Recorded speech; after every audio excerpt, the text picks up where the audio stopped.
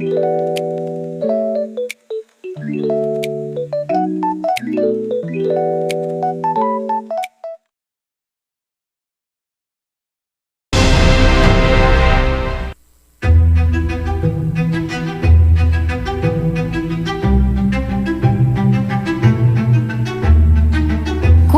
walang nag-akalang babaguhin ng COVID-19 pandemic ang pang-araw-araw na buhay ng mga Pilipino, maging ang aking buhay bilang mamamahayag na bago rin ng pandemya.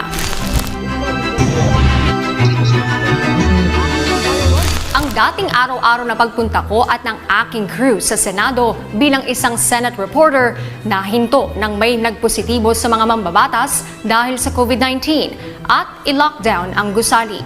Dahil dito, nasubukan ang aming kakayahan sa pangangalap ng balita gamit ang teknolohiya.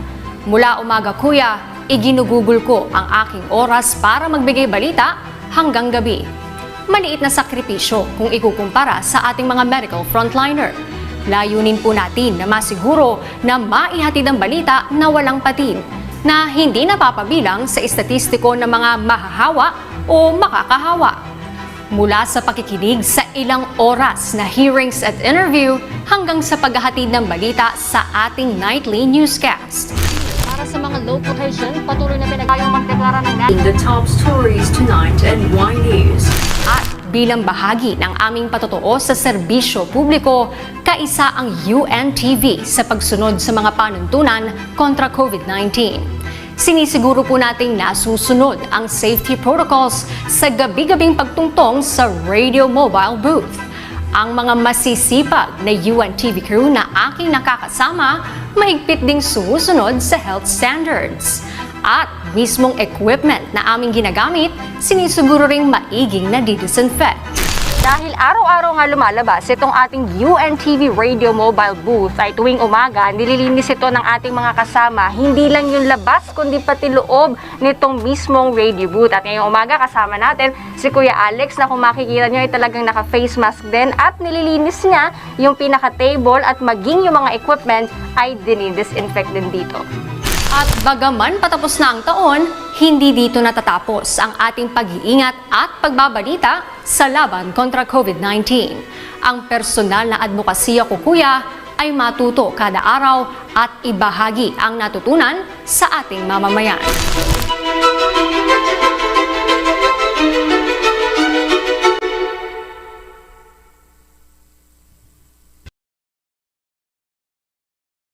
Magandang gabi sa iyo, Bernard, at magandang gabi din sa ating mga nanonood ngayong gabi.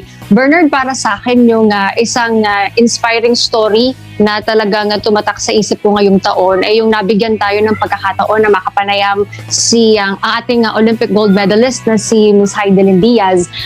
Na-inspire talaga ako sa story niya, Bernard, kasi before that, alam ko na naman yung storya ni Ms. Heidelin base sa mga nauna niyang interviews, pero iba kapag nakausap mo siya ng one-on-one at doon lalong mas humanga ako kay Ms. Heidelin dahil nagpapakita talaga yung storya niya na talagang kapag ikaw ay may determinasyon sa buhay, gusto mo yung ginagawa mo at isinasapuso mo yung ginagawa mo sa araw-araw at higit sa lahat, kasama mo yung Panginoon sa bawat hakbang na ginagawa mo sa iyong buhay ay talagang magtatagumpay ka kahit ano pa man yung balakid o mga challenges na mapagdaanan mo sa iyong buhay. Yun yung isa talaga, Bernard, sa mga inspiring stories na tumatak sa akin ngayon 2021.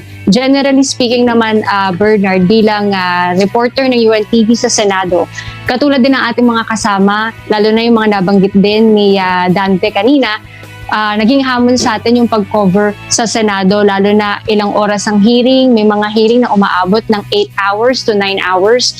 And yung nag-i-inspire sa akin dun, Bernard, is may mga hearing kasi na kadalasan dyan yung mga issues ay alam mong ang apektado at ang talagang tinatamaan yung mga kababayan natin na naghihirap sa buhay, yung mga ordinaryong mamamayan. At kahit na ilang oras kang tumutok sa hearing, by knowing na after nung hearing na yun, makakatulong ka na maipahatid sa publiko yung nararanasan at yung hirap na dinadaanan ng isang sektor, yun yung mag-i-inspire sa'yo na magpatuloy sa araw-araw, Bernard. Meron dong mga issue tungkol sa PhilHealth na natatamaan yung ating mga PhilHealth members. Meron dong mga issue na dinidinig na patungkol naman sa ating mga farmers dahil may mga smuggled na gulay at prutas na bumabahana sa mga palengke, at maririnig mo na mismo yung mga magsasaka natin ay nahihirapan na sila dahil sa nangyayari. At bilang instrumento, Bernard, na maipapahatid mo sa publiko na ganito yung nangyayari sa mga iba nating kababayan. By just doing that, Bernard, isa yun talaga sa magpapatuloy sa'yo. At kahit gaano kahirap yung trabaho, talaga magpapatuloy ka sa araw-araw. Yun, Bernard. Yun, mahirap talaga ang sabi nga ng mga kababayan natin, mahirap mag-cover sa Senado dahil yung maghapon na pakikinggan mo sa hearing sa Senado ay i-deliver mo lang sa isang pakete o isang balita na mga abot lang ng 2 to 3 minutes. At talagang malaking challenge yun. Pagdating naman sa pag-interview, Harleen, hindi ba kayo nahirapan? Ngayong, kumbaga, hindi na in person na interview kaya ng dati itong mga senador.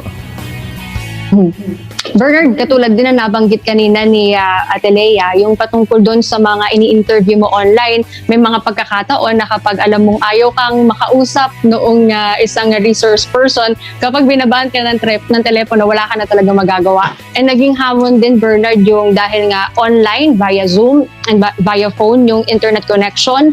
Minsan, dyan nagkakaproblema kapag merong mga specific or mga important details na dinidiscuss yung isang interviewee, ay talagang minsan dun pa mag-fail yung internet connection, dun pa maglalag, dun pa magbabuffer. So, isa yun sa hamon din, Bernard, dahil nga, lalo na dito sa Senado, ang mga issue dito, Bernard, dahil nga it's lawmaking, law crafting ito, ang hamon sa'yo, paano mo maita-translate yung buong English na batas, even the proposed measures, doon sa ating taong bayan na mauunawaan din nila.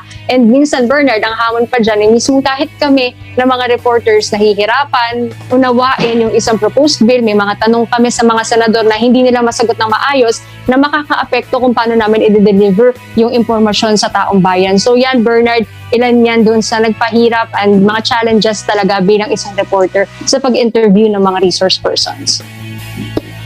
And maraming salamat, Harleen Delgado, ang ating pong reporter sa Senado.